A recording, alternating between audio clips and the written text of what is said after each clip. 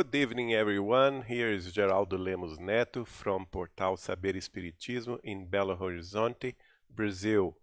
We are here with Marco Gandra and Silvana Saldanha to have the program To Know Spiritism.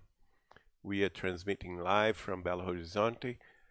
This is the program number 31, and we are going to start a new series today. This series has as subject this life in the spiritual realm according to Spiritism. We are part of DSN, Discover Spiritism Network, Spiritism Dissemination, and also we are part of Kardec Radio. You guys are all very welcome.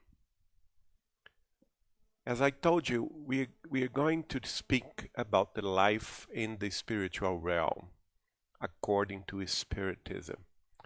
We are going to see some sayings by the Gospel, also some books before Spiritism, and after that, books of Allan Kardec and Chico Xavier's works. From the book of Genesis of Moses, the Old Testament, chapter 1, versicle 2, we read, "The earth, however, was without form and empty. There was darkness on the face of the abyss." What can we think of that? Of course, the planet Earth at that time was being formated. So we can say that Earth at that time was a primitive world with three spheres.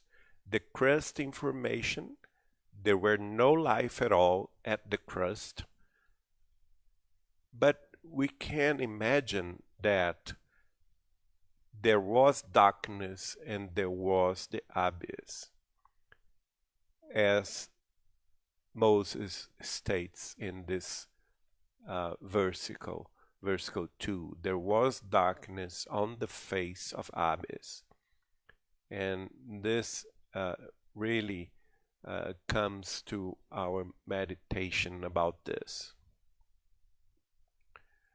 Now we can see in the Gospel of John, chapter 14, verses 1 to 3, a saying by Jesus Christ. He said, "My Father's house has many dwellings. If that were not so, would I have told you that I am going there to prepare a place for you? And if I go and prepare a place for you, I will come back and take you to be with me, that you also may be where I am." So Jesus states clearly that there are many dwellings in God's home, in God's house. And of course, we can understand that life in the crust of earth is just one dwelling, and there are multiple dwellings. And Jesus also said that he was going to these other dwellings to prepare a place for us. And this is very interesting. "And if I go and prepare a place for you, I will come back and take you to be with me, so that you also may be where I am." Of course, he is speaking about the evolution of the spirit. He was talking to primitive human beings, because at his time, 21 centuries ago, the life on the crust of Earth were a very primitive life. Although we had some advancements like the Roman Empire and so on, Jesus faced a very rough humanity. Uh, he faced violence by the state. He faced wars, persecution, and at that time, people were very abrupt, very rough, and he's stating that he would prepare a place for all of us. Although at that time we were all a very rough, very very primitive society. And he is predicting that although at that time he was facing a primitive society, this society with all human beings on it would evolve and would evolve to acquire the sense, the moral sense and ethic sense that would, of course, develop its own society. And because of that, he is predicting a future where his gospel, his words, would be inside every human being. And at that time in the future, because we are not there yet, this time in the future, all of us would be with him in some dwellings, in some sphere of our Father's house. And also in John, the Gospel of John, chapter 12, verse 32, we can read, "And when I am lifted up from the earth, I will draw all people to myself." Jesus himself stating that after he was up in the heavens, he would embrace all of us, would draw all of us to himself. So we can understand with these three different versicles from the Old and the New Testament that Jesus will prepare a place for us in the spiritual realm. And this may also mean that he would construct the spiritual realm above the earth crust. And I'm meditating about this because at that time human society was very primitive, and because of that we can conclude also that the spiritual realm at that time or before Jesus were also very primitive, so that the works of Jesus and his ministers, his disciples and apostles, and all the ones that would follow him from that time on, they would have a very important role in constructing a spiritual realm dignified by his works and his teachings, by his gospel, and a new society would become to be real and would become to exist in the spiritual realm around the crust of earth.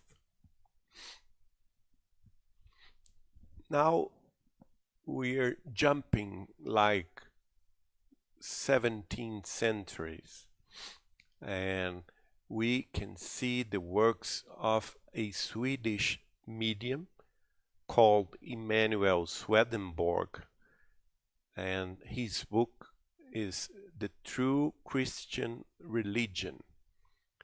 Some of us, or some of you, don't know who Emanuel Swedenborg was, and he was a Swedish medium, very important, because he had the mediumship to go out from his body consciousness and to travel to the spiritual world. And he would annotate, he would see, he would uh, see all kinds of plans, all kinds of spiritual life around earth. And after that, he would come back to his body, remembering everything he saw, and wrote about what he saw. One of his most important books is The True Christian Religion. And in this book, we can reach to some text about the spiritual world around us. And he states, for example, the universe is composed by different spheres in various degrees of luminosity and happiness. These spheres will serve as home in the afterlife on earth, according to the spiritual conditions that we have acquired. Let us hear him, because this is very important. Almost he is predicting what 1 century later the works of Allan Kardec, codifying the Spiritist doctrine, would embrace. What he is telling us is exactly what Allan Kardec, what the higher spirits told Allan Kardec in 19th century. And all the fundamentals of the Spiritist doctrine are based, of course, in this reality. And here he is stating that the life after death and the life in the whole universe is composed by different spheres in various and different degrees of luminosity and happiness. And what would be a most important differentiation of those spheres is the spiritual conditions of its inhabitants. If those inhabitants have acquired illumination, have acquired luminosity in themselves, so that we would have a sphere of luminosity and happiness. Otherwise, if the inhabitants are in the darker side of human life, like violence, like crimes, like vicious habits and wars and so on, of course we would see a very dark spiritual realm, a very dark place. So it is various, there are various spiritual realms, various spheres of life, various plans of life, and it depends on the spiritual conditions that its inhabitants have acquired. And also in this book, this is very impressive, because this text almost anticipate for us the works of André Luiz Spirit by Chico Xavier's mediumship in the 20th century. And he was writing this, he wrote this in the 18th century, so 2 centuries before André Luiz, before Chico Xavier. And he states, listen to that, he states, the things I have seen for so many years, I can make the following statements. In the spiritual world, there are lands as in our natural world. There are plains and valleys, mountains and hills, as well as springs and rivers. There are cities, and in those cities there are palaces and houses.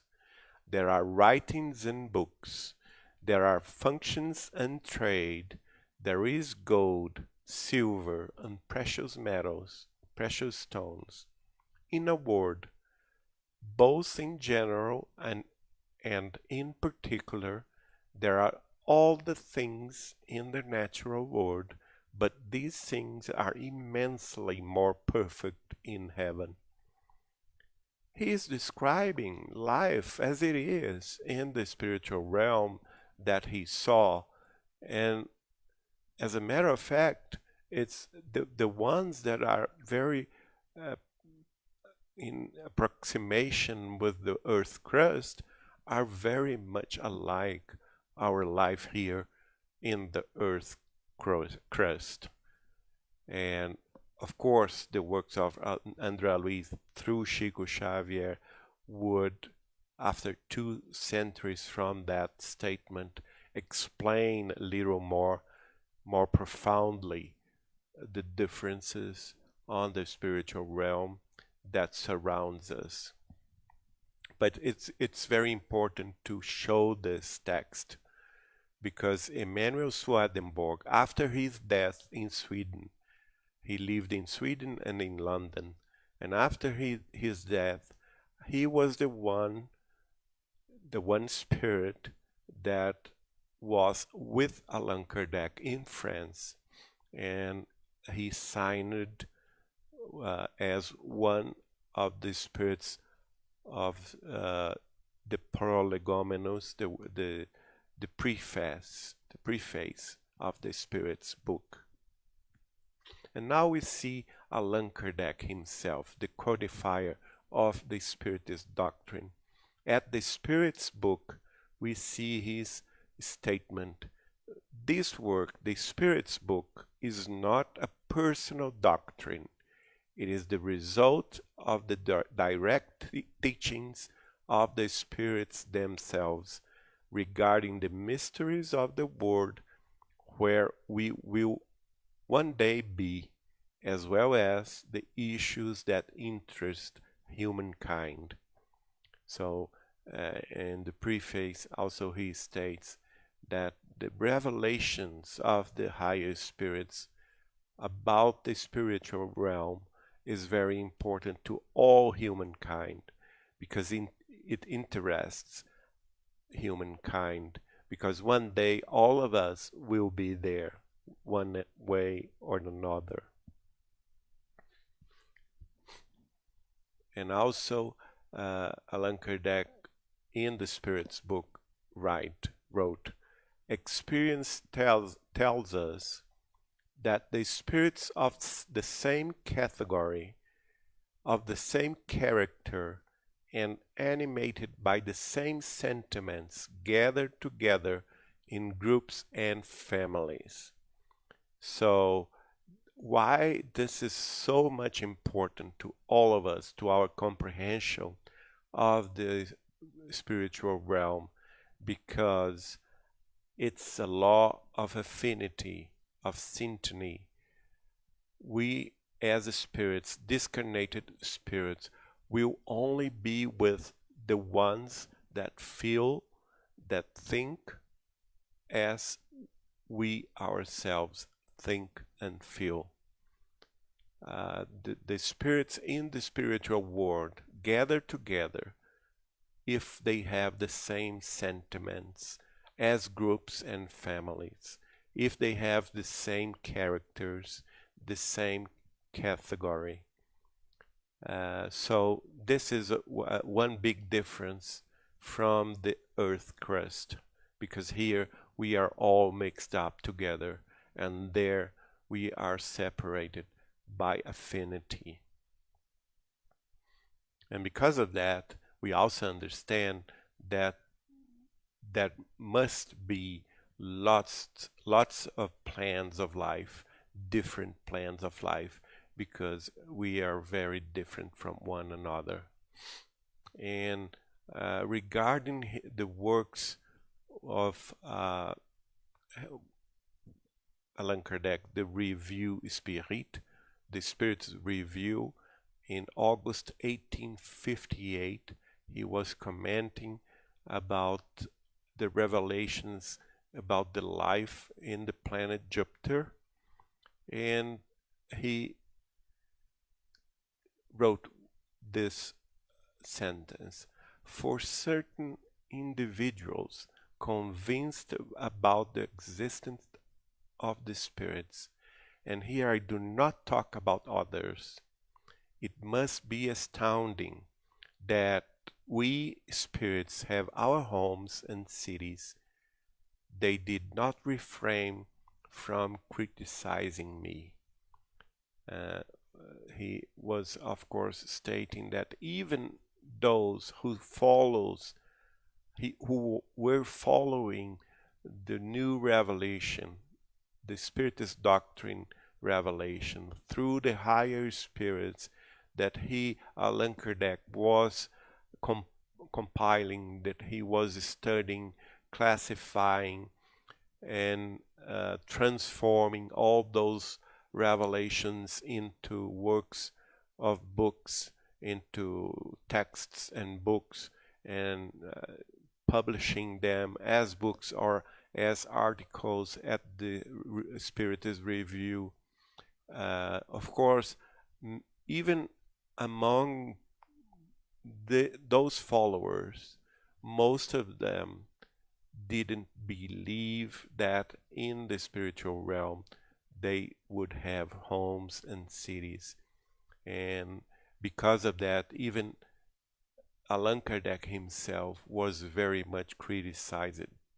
And this shows that the truth about the spiritual realm was a truth that came in a very slow pace, century after century, until the 20th century with Chico Xavier's work, where we could reach a vast number of information that makes so many sense to all of us, and pacified our understanding about the spiritual realm. So this is our introduction of this new series that we are going to talk about from now on. And as of course you may already know, we are talking about the spiritual realm, the life in the spiritual realm. And next week we are going to be back. Thank you so much, and see you there.